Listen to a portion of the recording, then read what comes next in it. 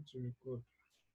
Okay, last week we looked at the labor demand curve. Okay, so today we'll look at the supply curve. Then we'll use it to compute equilibrium wage rate, equilibrium labor, and then the equilibrium output. Okay, I'm sharing the screen.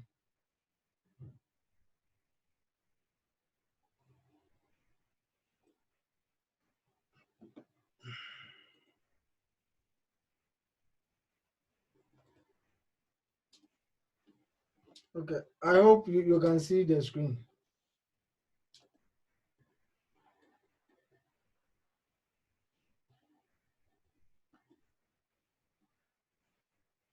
Can you see the screen?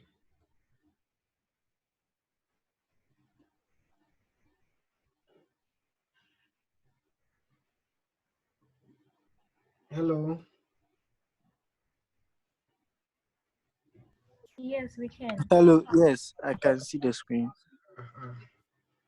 Okay, so these are the things that we'll be looking at today. We'll look at the labor supply curve or function.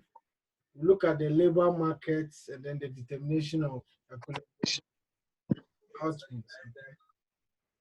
Right, so basically, these are what we'll be looking at. Okay, so we'll start with the labor supply curve. The labor supply curve.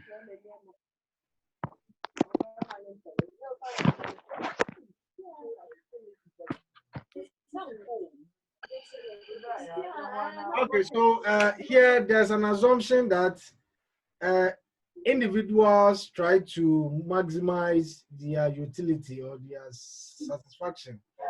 And here, utility is derived from the consumer's using of his or her real income. That is earned through this utility of as you. Who is that? Can you mute yourself? Okay, thank you. Right, so here you can only earn real income when you work, and as you are working, you are dissatisfied.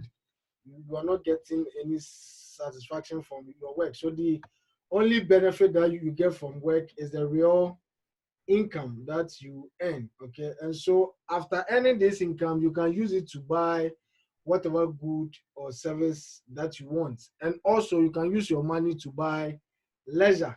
Okay, you can use your money to buy leisure. So here there is a trade-off between the number of hours that you are working and then the leisure that you enjoy.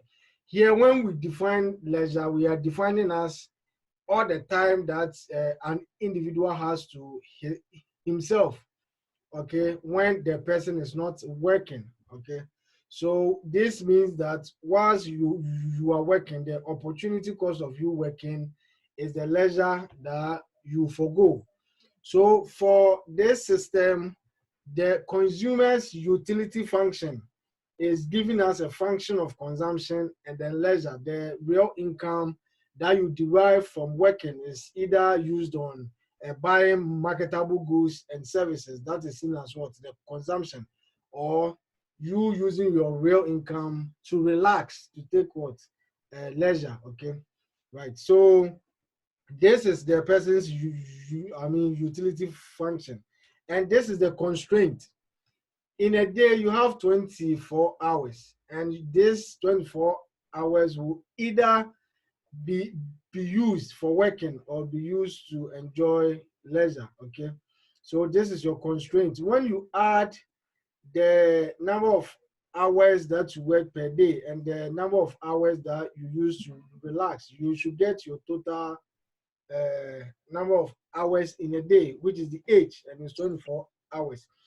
When you get to level 400, those who do labor economics, I mean, you do things like this, you do some maths and some curves and all that. But here we are just interested in the constraint. So here, what the individual is trying to do is the person is trying to maximize this consumption function with respect to this constraint. Okay. Yeah. Okay. And we are saying that labor supply is a positive function of the real wage. What this means is that whenever there's an increase in real wage, then individuals will be willing to supply more labor, okay?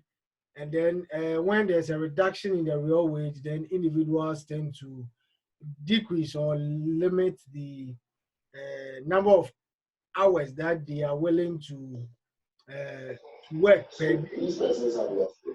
So when we're looking at the labor demand curve or function, we said that the labor demand is a negative function wage. Here, labor supply, can you mute yourself, please? The labor supply function.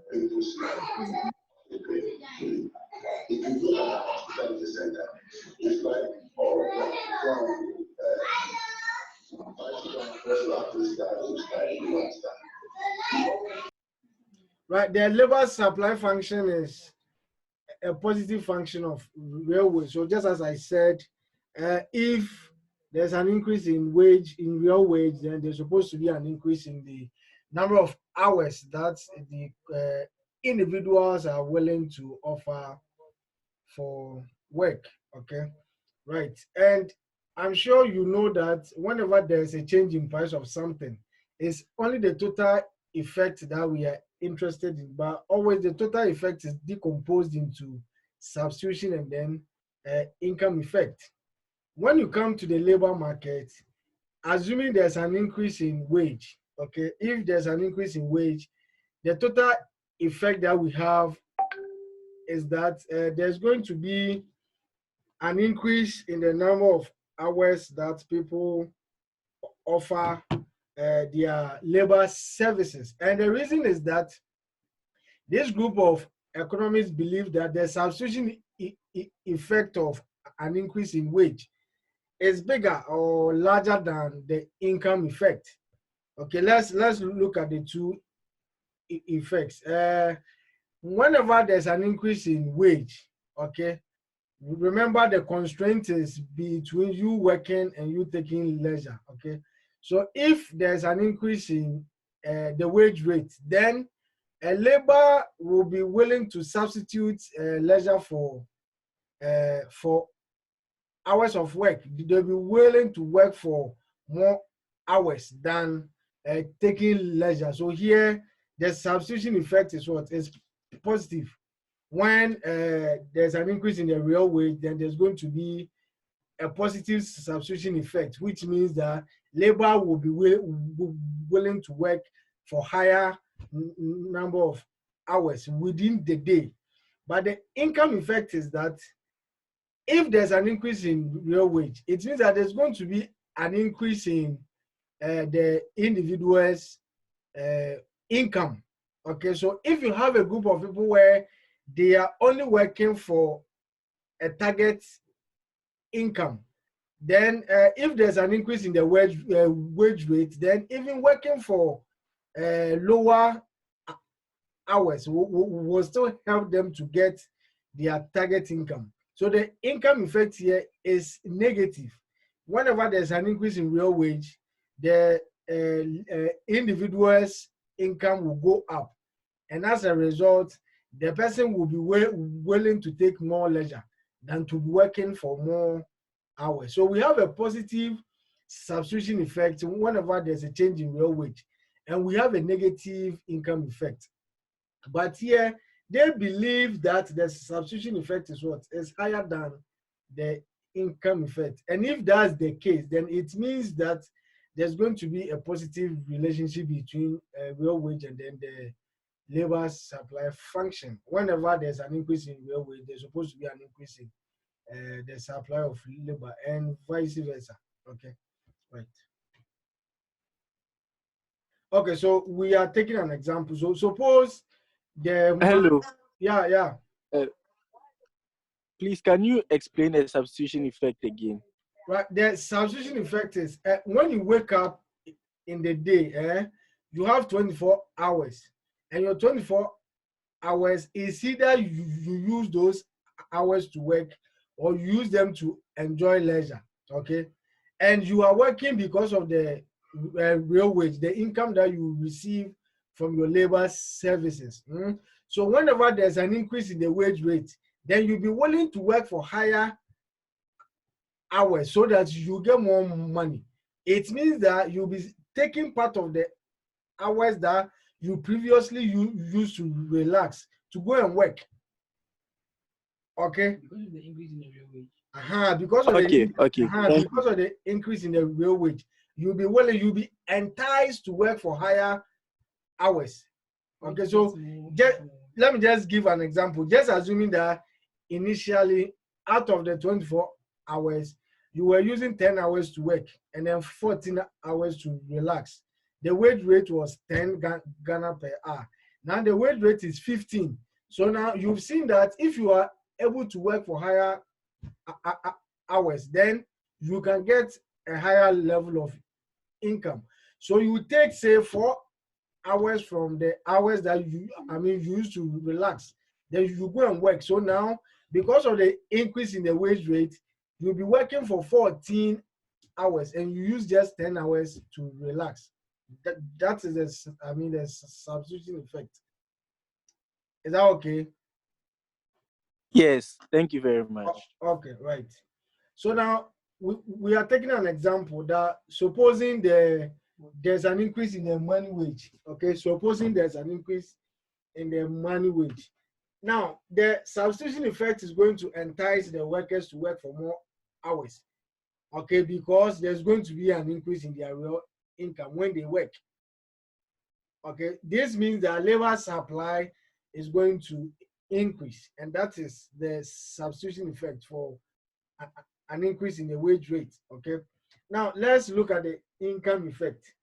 Now, just assuming that you are working and you are getting too much money, you'll be discouraged to work for longer the number of hours. You rather go home and enjoy the income that you have.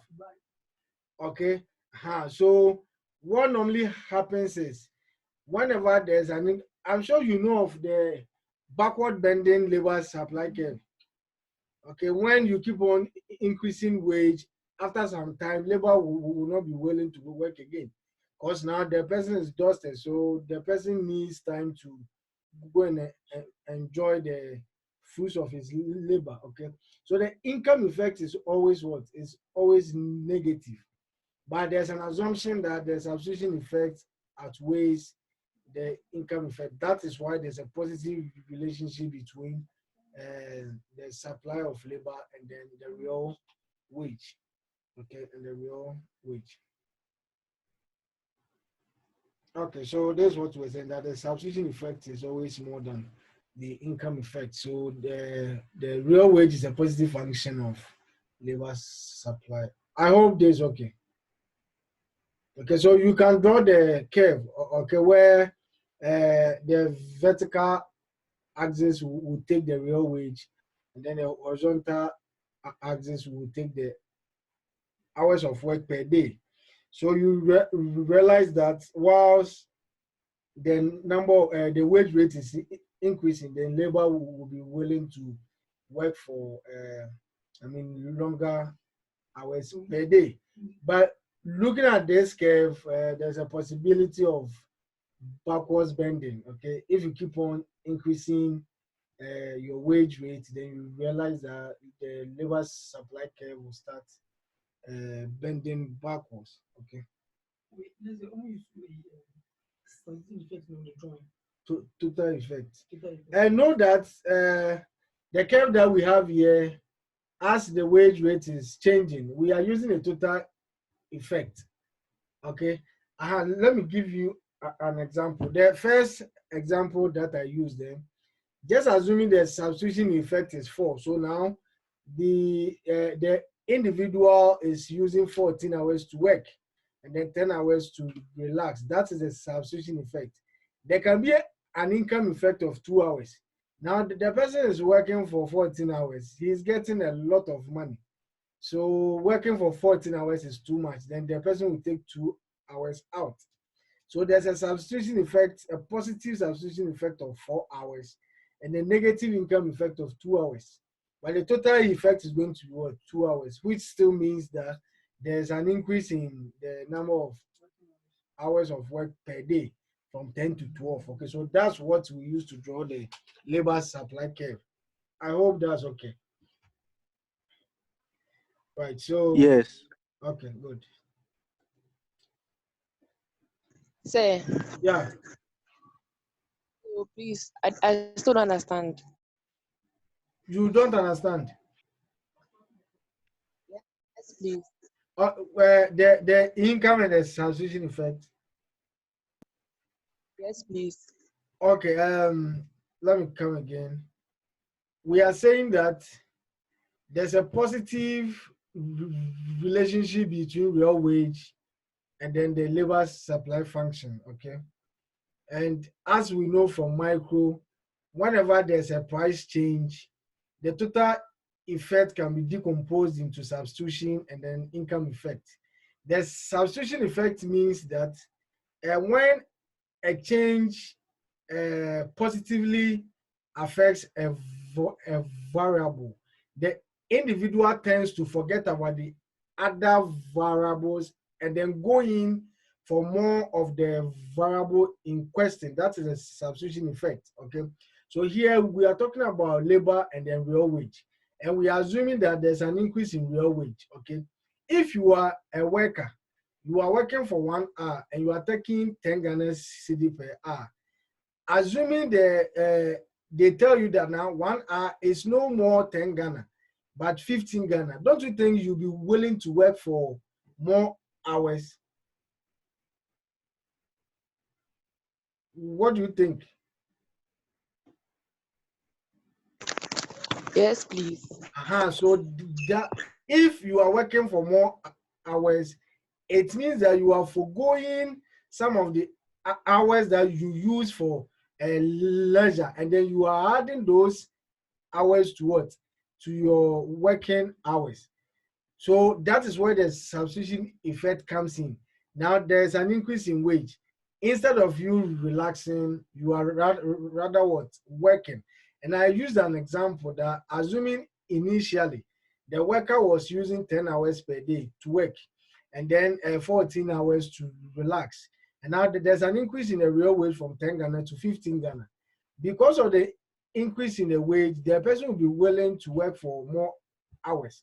So this worker is no more working for 10 hours per day, but the person is working for 14 hours.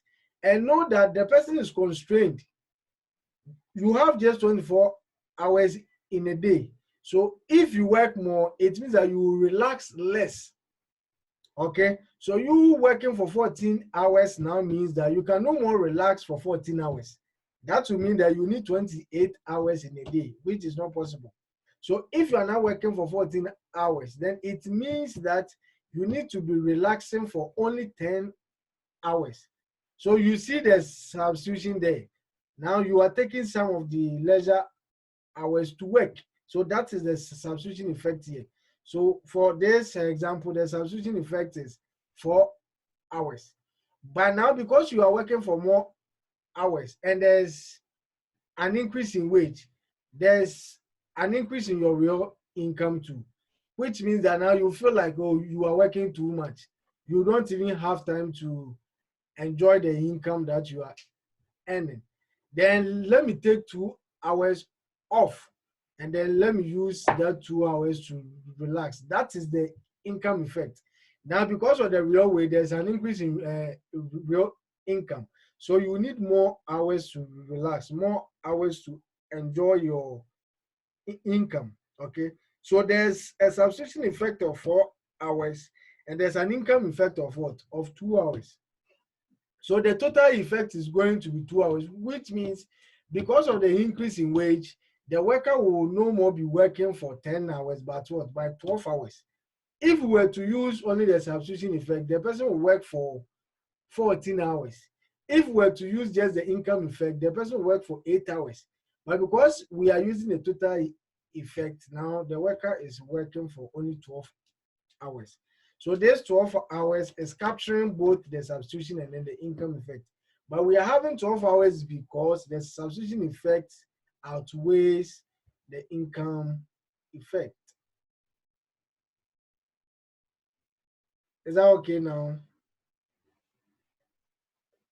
Yes, please. Thank you. Okay, all right. Any other question?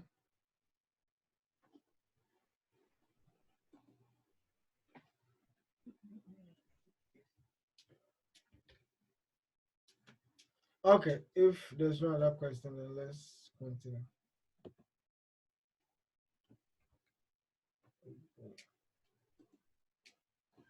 Okay, so determinants of the position of the labor supply curve. So we want to look at the factors that will cause a shift in the labor supply curve. So we can talk about a change in uh, population growth rate. Okay, and I'm sure we can all explain this. If there's assuming there's an increase in the growth rate, then it's more likely we are going to have more people in the working age group, which means that all other things being equal, then we can have a greater or a higher supply of labor at the same wage rate, okay, because we are having a lot of people in the economy now. We'll be having quite a number of people who are willing to work, which means that the number of hours that people used to work will increase. Okay, so there's a positive relationship between the growth rate and then the labor supply curve. If there's an increase in the rate, then the labor supply curve will shift to the right. If there's a decrease in the rate, then all other things being equal, it will shift to the left. And then we can talk about a change in the preference for leisure as against working for more hours. If now people prefer to enjoy leisure, it means that there's going to be a reduction in the supply of labor, which means that the labor supply curve will shift to the left. Okay. And then a change in the training content of institutions responsible for training potential labor, suppliers. Now, just assuming that now these people they have new means, new methods of training people, that can cause an increase in the number of hours that people are going to use to work per day. Okay, and then this is just a question, but I've already explained that if there's an increase in the population growth rate, then what is going to happen to the labor supply curve? I think we've already done that. Okay, so these are the explanations. Assuming there's an increase, okay, it means that we will have more potential workers on the labor market. So even at the same real wage, the labor supply will increase, which will cause a shift in the labor supply curve to the right. Okay, so we have explained all this. This is the one for leisure. Okay, if now people prefer to work for fewer hours but enjoy more leisure, it means that the labor supply curve is going to shift to the left. Okay, now let's look at this. We want to know which of these functions can be a labor supply function. Can the first one be a labor supply function? The first one. I'm asking you.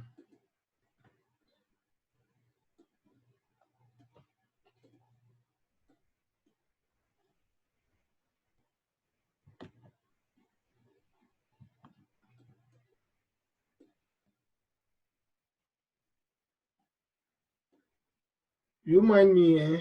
Okay. Is NS is equal to 2W over 5P. Can this be a labor supply function? Marvin, can this be a labor supply function?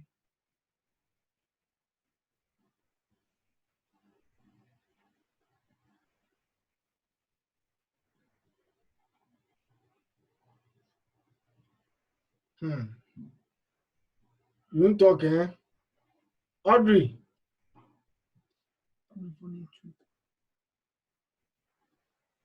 Niyama. Sir. Can the first one Hello, be, sir. can it be a labor supply function? Please, honestly, please, I don't know. So I'd like you to go over with us. Go over which one? Please, I don't know which one is a labor supply function. Now, this one is not even a console. This is mass. They said the labor supply function is a positive function of real wage. So all the functions that we have here, if you want to know whether it can be a labor supply function, then there's supposed to be a positive relationship between the real wage and then the labor supply. That's all. So based on your mathematical knowledge that you have, can this be a labor supply function? Or do you come again?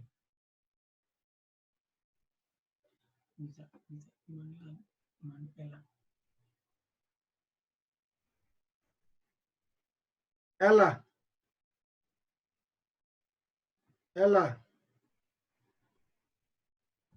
Yes. Can the first one I'm be? sorry.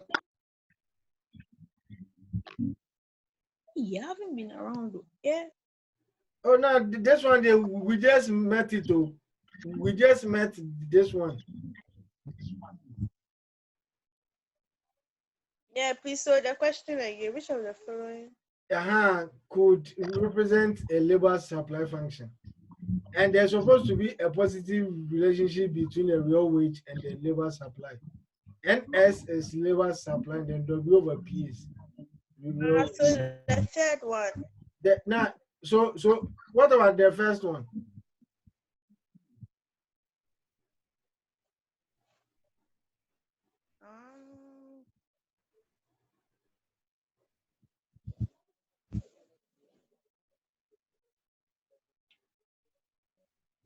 Okay, so I think it's the third. You are going for the third one, eh? Yes, please. Audrey number 2.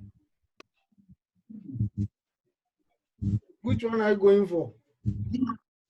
Is the third one. Only the third one. Okay. Yes. Adwasewa.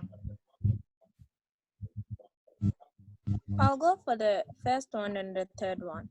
Okay, Marvin. I'll go for the first and the third. Yaira.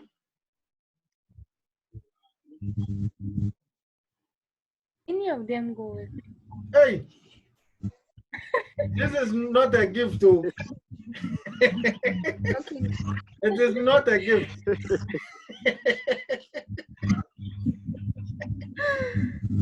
Yaira, don't do that. Which one? Oh, any of them. Yaira. Okay, the first one.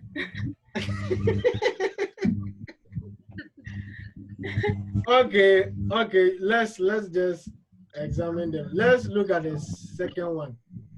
Obviously, the second one is not a labor supply function because of this negative sign here, okay? It is not. The second one is, the third one is because of the positive sign. And then this one, this one. Don't you, can you see that you can bring the 5 to the 2 and then we'll get W over P. And it's positive. So the second one, the first one too is a labor supply function. Okay. So those who said the first and second, the first and third, you've done well. Those who said third, you've also done well. And those who said anyone goes, you've done perfectly well because you had 2. Yes, you've done well. Please, I still, hello. Yeah. Please, I still don't understand what the first one. Yes. The first one. Do you have a pen and paper? Do you have a pen and a paper? Yes, please. So write the first one. NS is equal to 2W over 5P. 5P. Yeah. Don't do it. Don't do the division sign like this. Use the horizontal one. So 2W over 5P. So now you can see that the 2, you can take the 2/5 out. Right? Okay. And put Yes. W/P in a bracket. So you get NS equals 2/5 W/P. Do you have that? No. Okay, I'm coming.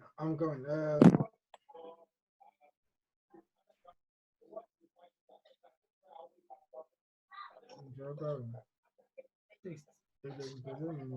On drum. Pencil. Right, see, we have NS, this mouse, is equal to 2W/5P, right? Yes. Right? Yes. Can you see what I'm writing? Yes. Okay, so this is equal to, we can write the 2/P as a coefficient, a 2/5 as a coefficient into bracket W/P. Just take my P like that. So we can have this. So now NS, me try remember. NS is equal to this, right? NS is equal to this. What is the sign here? Positive. It's positive. So there's a positive relationship between the W/P and NX. And that is the condition. Okay. That's a condition for a labor supply function. Okay. Okay. I hope you understand. Thank you. Yes, please. Thank you.